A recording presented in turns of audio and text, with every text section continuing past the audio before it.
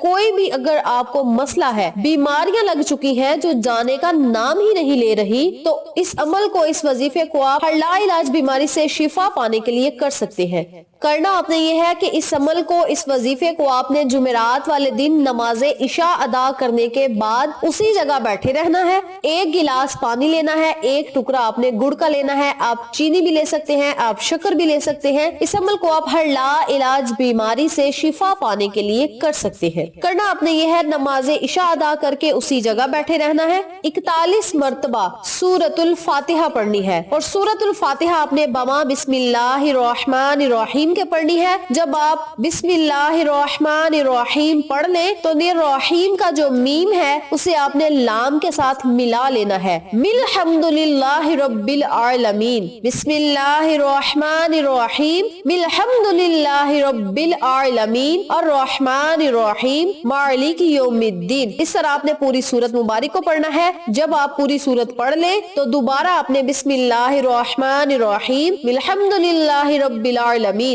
اس طرح آپ نے پوری سورت مبارک جب پڑھ لینی ہے, دوبارہ بسم اللہ پڑھنی ہے اور میم کو لام کے ساتھ ملا کے آپ نے پڑھنا ہے. 41 مرتبہ آپ نے اسی ترتیب سے سورۃ الفاتحہ پڑھنی ہے. اس کے اول آخر آپ نے 7 مرتبہ یا 11 مرتبہ درود ابراہیمی پڑھ کے اللہ رب العزت کے آگے خصوصی رو رو کر, گڑ گڑا کر دعائیں کرنی ہے. پانی اور گڑ کے ٹکڑے پر آپ نے پھونک مار دینی ہے, یا چینی شکر جو بھی آپ کے پاس ہے آپ نے اس پر پھونک مار دینی ہے, اور اللہ رب العزت سے آپ نے سجدے میں سر رکھ کے دعا کرنی ہے. آپ اس عمل کو اپنے لیے کر سکتے ہیں, والدین کے لیے کر سکتے ہیں, بہن بھائیوں کے لیے کر سکتے ہیں, اپنے پیاروں کے لیے کر سکتے ہیں, بیویاں اپنے شوہروں کے لیے کر سکتی ہیں, شوہر اپنی بیویوں بچوں کے لیے کر سکتے ہیں. یعنی اس عمل کو آپ ہر انسان کے لیے کر سکتے ہیں. جو لوگ اس عمل کو خود کریں گے وہ تو زیادہ ہی افضل ہے, وہ تو سونے پہ سہاگا ہوگا. لیکن اگر اب مریض خود اس عمل کو نہیں کر سکتا تو عزیز و قریب میں سے کوئی بھی اس عمل کو کر کے اپنے عزیز کی صحت یابی کے لیے اللہ سے دعائیں کریں. اس کے علاوہ جب بھی آپ مریض کے پاس بیٹھے تو 7 مرتبہ یا 41 مرتبہ سورہ فاتحہ پڑھے, جس طریقے سے بتائی ہے اسی طریقے سے پڑھے اور اس پر پھونک دے, اور اتنی آواز میں تلاوت کرے, اتنی آواز میں سورہ فاتحہ اس کے پاس بیٹھ کر پڑھیں کہ وہ خود سنے. اس کے اول آخر بھی آپ نے 3 مرتبہ یا 7 مرتبہ درود پڑھنا ہے. انشاءاللہ بفضل خدا ان اعمال کے کرنے سے اللہ کریم آپ پر اپنی رحمت بری نظر کرم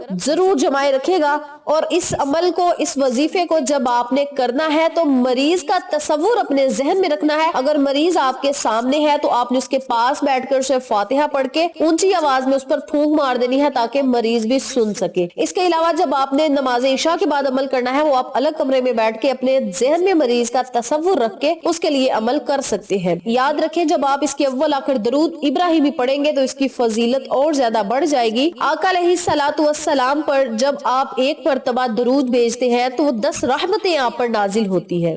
جب آپ 11 مرتبہ درود شریف بھیجیں گے تو 110 رحمتیں آپ پر نازل ہوں گی. اور جب وظیفے کے آگے پیچھے 110 رحمتیں ہوں گی تو پھر خود ہی اندازہ لگا لے کہ اس عمل میں کتنی طاقت ہوگی اور دعا ہی کتنی جلدی قبول ہوگی. اور دن بھی جمعرات کا ہوگا, شب جمعۃ المبارک کی ہوگی. آپ اس عمل کو جمعرات یا جمعۃ المبارک کے دنوں میں سے جب آپ کا دل چاہے آپ کر سکتے ہیں. یاد رکھیں جب آپ نے وظیفہ شروع کرنا ہے تو جمعرات والے دن ہی آپ نے شروع کرنا ہے. اور اس عمل کو مسلسل جو بندہ 21 جمعرات یا جمعۃ المبارک کے دن تک کرے گا انشاءاللہ بیماریاں جڑ سے ختم ہوں گی. جسم کے ریشے ریشے سے بیماریاں رب کریم نچوڑ کر باہر پھینک دیں گے اور آپ کو صحت و تندرستی والی زندگی عطا فرمائے گا. اس عمل کو, اس وظیفے کو آپ لازم کریں اور ان تمام برکتوں رحمتوں سے مالا مال ہو جن کا میں نے آپ کے ساتھ ذکر کیا ہے.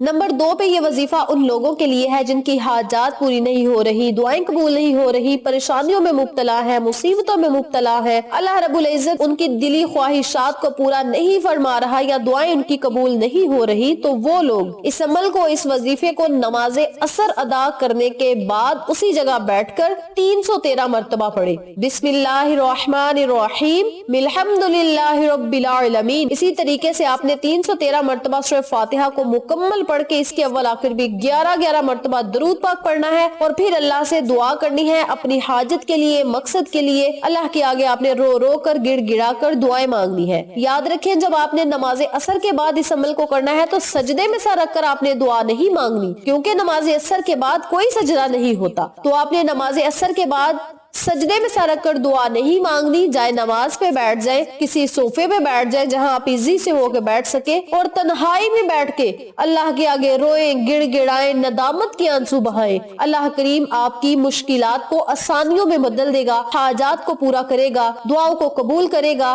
اور جن لوگوں کا کاروبار نہیں چل رہا وہ بھی نماز عصر کے بعد اسی عمل کو کرے اور پھر اللہ سے دعائیں کریں۔ انشاءاللہ چند ہی دن کے اندر اندر اس عمل کی برکت سے آپ کے گھر میں اتنی برکتیں ہوں گی کہ آپ خود دیکھ کر حیران رہ جائیں گے۔ کاروبار بلندیوں کو چھوئے گا، آپ کی عزت و مرتبہ اوقار بہت زیادہ بلند ہوگا، اس کے علاوہ آپ کے منہ سے نکلی ہوئی ہر بات ضرور پوری ہوگی، اور سب سے بڑی بات گھر میں سکون اطمینان ہوگا، دلوں کو سکون ہوگا، اور دلوں کا سکون اللہ کی یاد میں ہے۔ تو میری اپنی تمام بہنوں اور بھائیوں سے گزارش ہے کہ اس عمل کو، اس وظیفے کو آپ ہر جمعرات کے دن بھی کر سکتے ہیں، بلکہ روزانہ کی روٹین پہ اگر آپ اس عمل کو کرنا چاہتے ہیں پھر بھی آپ کر سکتے ہیں، اور اللہ کی رحمتوں، برکتوں، نعمتوں کا حقدار ٹھہرا سکتے ہیں۔ ویڈیو پسند آئے تو لائک کریں، شیئر کریں، چینل کو سبسکرائب کریں، اور ساتھ موجود بیل آئیکن کو دبا کے آل نوٹیفیکیشن پہ کلک کریں تاکہ میری ہر نئی آنے والی ویڈیو کی اپڈیٹ آپ تک بآسانی پہنچ سکے۔ انشاءاللہ پھر کسی نئے وظیفے یا اچھی معلومات کے ساتھ آپ کی خدمت میں حاضر ہوں گے، تب تک کے لیے اللہ نگہبان۔